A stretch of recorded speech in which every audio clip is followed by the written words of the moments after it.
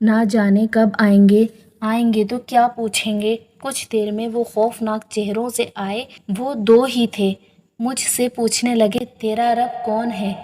سوال آسان تھا، پر جواب دینے کے لیے میری زبان ساتھ نہیں دے رہی تھی، کیونکہ میں مومن نہیں تھا، میں نمازی نہیں تھا، میں خدا کا فرما بردار بندہ نہیں تھا۔ میں جواب میں خاموش رہا۔ پھر پوچھنے لگے، تیرا نبی کون ہے؟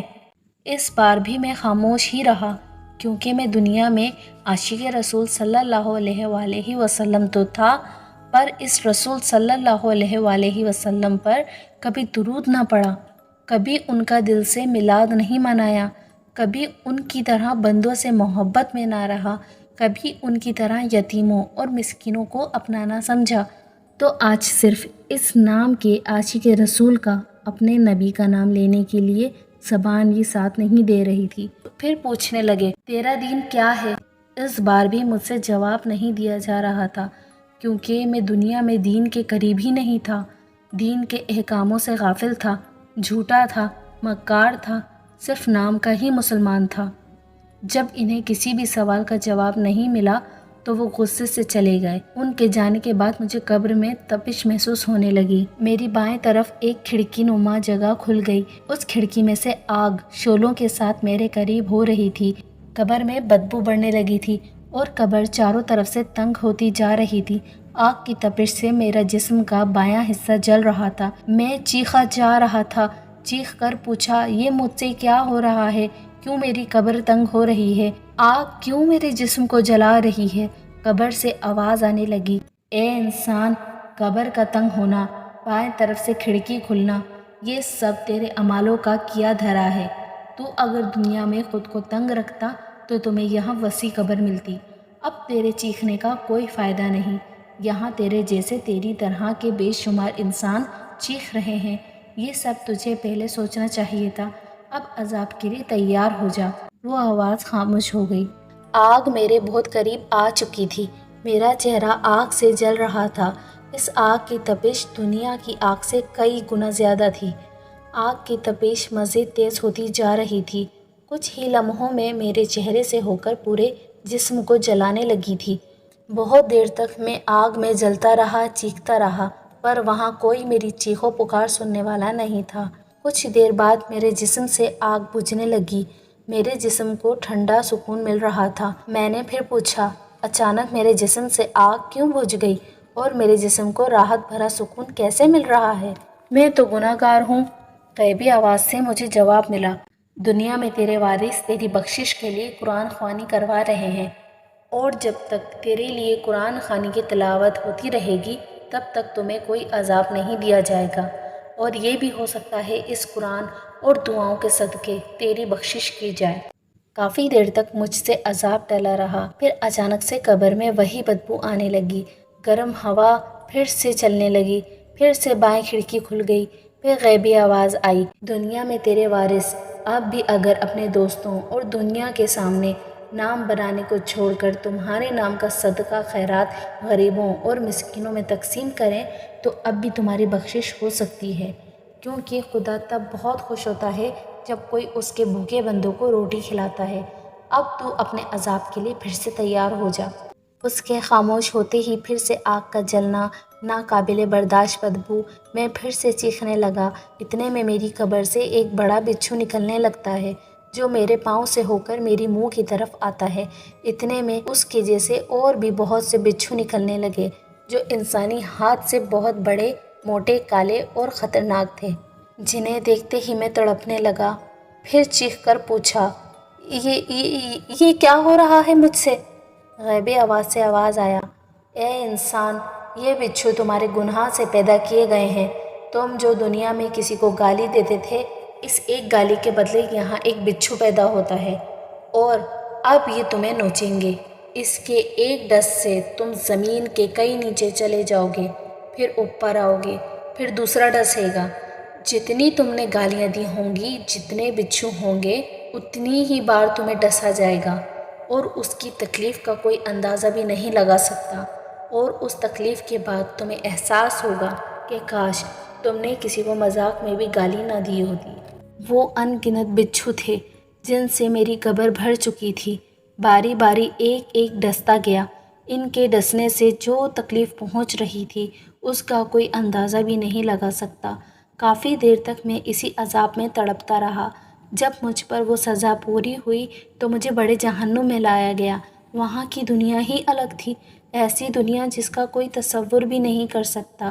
جہنم کی دنیا بہت بڑی تھی، ہر جگہ آگ ہی آگ تھی۔ میرے ساتھ ایک سزا دینے والا فرشتہ تھا جس نے مجھ سے کہا، اے انسان، یہ وہ جہاں ہے جس کا دنیا میں کوئی انسان تصور بھی نہیں کر سکتا۔ یہاں سبھی گنہگار ہیں اور اب تم دیکھو گے کہ کس کو کس گناہ کی سزا مل رہی ہے۔ میں خوفزدہ ہو چکا تھا، ہر طرف چیختے لوگ تھے جو آگ میں جلے جا رہے تھے۔ میں ایک جگہ پہنچا جہاں جہنم کا ایک بڑا گڑھا تھا جس میں ان گنت لوگ جل رہے تھے۔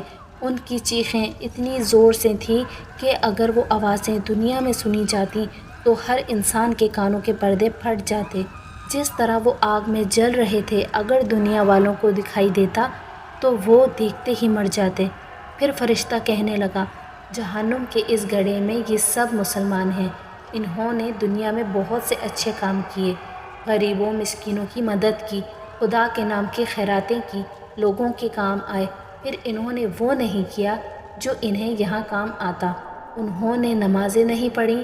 خدا سب کچھ معاف کر سکتا ہے پر جان بوجھ کر نماز نہ پڑھنے والے کو کبھی معاف نہیں کرتا، کیونکہ نماز خدا کا اپنے محبوب خاتم النبی حضرت محمد مصطفیٰ صلی اللہ علیہ وآلہ وسلم کو دیا ایک تحفہ ہے۔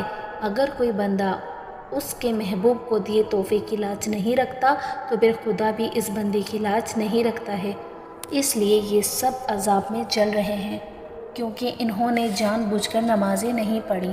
اس گڑھے کے ساتھ وہاں جہنم کا ایک چھوٹا ایک اور بھی گڑھا تھا، اس میں بھی بہت سے لوگ عذاب کاٹ رہے تھے پر ان پر تھوڑی نرمی تھی۔ میرے حیران ہو کر پوچھنے پر جواب دیا، یہ وہ سب ہیں جو کبھی کبھار نماز پڑھتے تھے، انہیں کم عذاب اس لیے مل رہا ہے کیونکہ انہوں نے جتنی بھی تھوڑی بہت نمازیں پڑھیں ان نمازوں کے صدقے اور اجر میں ان کی سزا کم ہو گئی ہے۔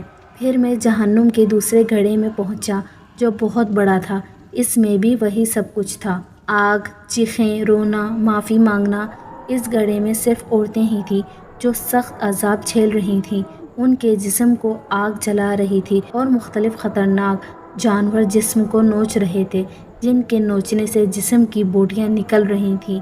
ان کی معافیاں اور چیخ و پکار تھی، ہم پر رحم کھایا جائے، ہمیں آخری بار دنیا میں واپس بھیجو، خدا کی قسم کبھی گھر سے نہیں نکلیں گی، کبھی غیر محرم کو نہیں دیکھیں گی، ہر وقت عبادت میں رہیں گی، اپنا جسم ڈھکا چھپا کر پردے میں رکھیں گی، کبھی اپنے جسم کی نمائش نہیں کریں گی۔ یہ سب کیا کہہ رہی ہیں؟ میرے سوال پر فرشتہ کہنے لگتا ہے، یہ وہی عورتیں ہیں جو دنیا میں اس عذاب سے غافل رہیں، جو خدا اور قرآن کے حکم کو ٹھکرا کر دنیا کے مزے میں لگ گئیں۔ ان عورتوں نے اپنے جسم پر اپنی مرضی چلائی، انہوں نے اپنے جسم کو پردے میں نہیں رکھا، انہوں نے قرآن کے حکم کو چھوڑ کر نامحرم مردوں کے کندھوں سے کندھے ملانے کو ترجیح دی، انہوں نے دولت اور شہرت کی خاطر اپنا جسم بیچا، اپنے آپ کو نامحرم مردوں کی نظروں میں لائیں، انہوں نے خاتم النبی حضرت محمد مصطفیٰ صلی اللہ علیہ وآلہ وسلم کی بیٹی حضرت فاطمہ رضی اللہ تعالیٰ عنہا کی زندگی، پاکیزگی اور پردے کو چھوڑ کر دنیا کی مکار اور غلیظ عورتوں کو اپنا آئیڈیل سمجھا اور اپنی زندگی بھی انہی کی طرح گزارنے لگیں۔ اگر انہوں نے 4 دن کی زندگی میں دنیا کے مزے اور بے حیائی کو چھوڑ کر حضرت فاطمہ رضی اللہ تعالیٰ عنہ کی طرح پاکیزگی اور پردے میں گزاری ہوتی تو آج یہ عورتوں کی اسی جنت کی سردار حضرت فاطمہ رضی اللہ تعالیٰ عنہا سے جنت کے کسی خوبصورت باغ میں ان کے بیچوں بیچ ہوتی، لیکن اب ان کا کچھ نہیں ہو سکتا کیونکہ یہ ہمیشہ کے لیے اس جہنم میں ڈال دی گئی ہیں۔ پھر اسی کے ساتھ ایک اور چھوٹا گھڑا تھا جس میں بھی صرف عورتیں ہی تھیں، لیکن ان پر عذاب میں کچھ نرمی تھی۔ میرے پوچھنے پر جواب ملا، یہ وہ عورتیں ہیں جنہوں نے ساری زندگی اپنے جسموں کو نامحرم سے چھپانے کی پوری کوشش کی اور اپنی نظروں کو نامحرم سے ہٹائے رکھا۔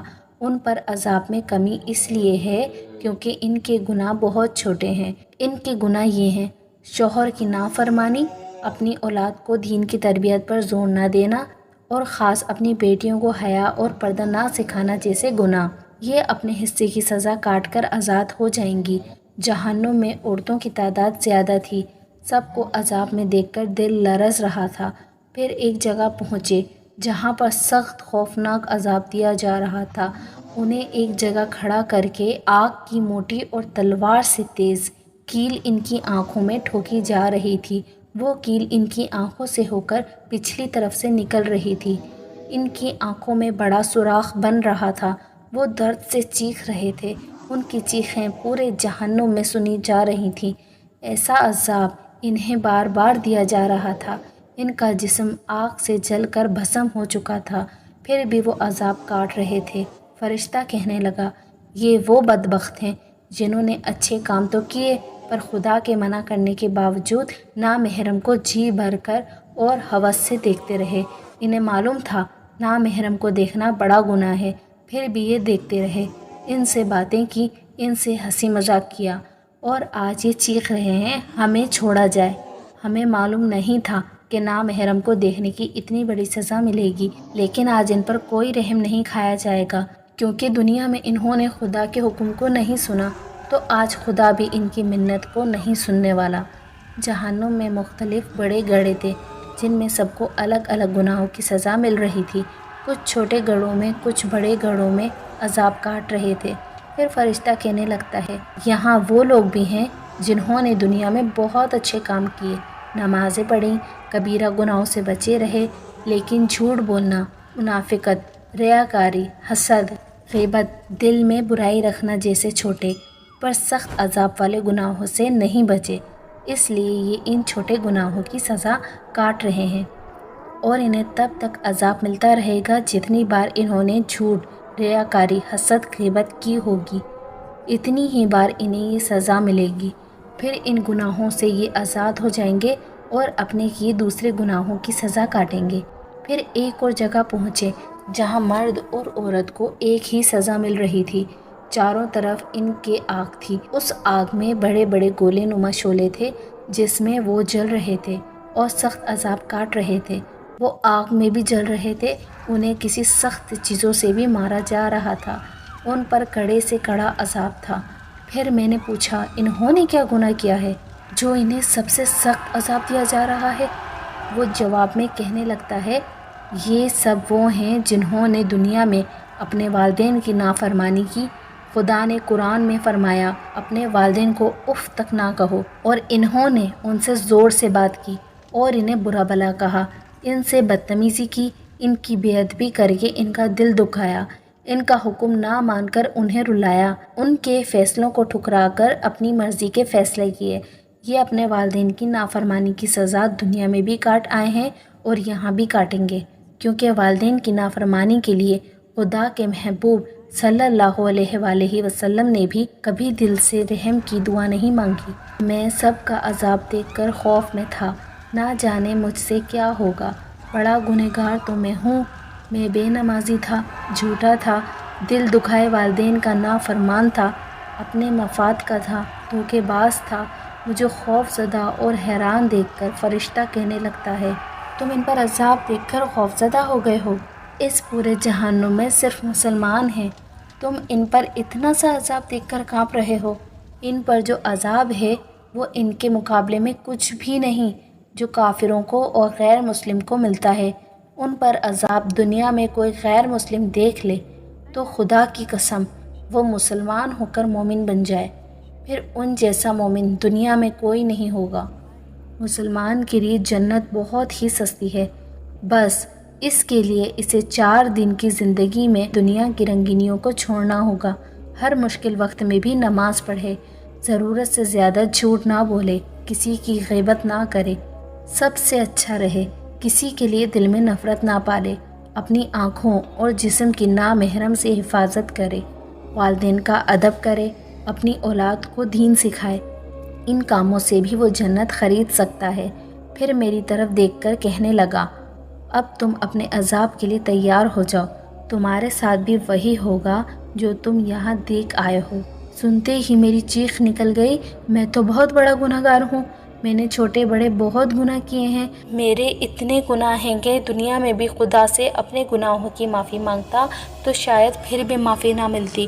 سن کر وہ کہنے لگتا ہے، اے نادان انسان، تم چاہے کتنے بھی گناہ کرو، خدا معاف کر دیتا ہے۔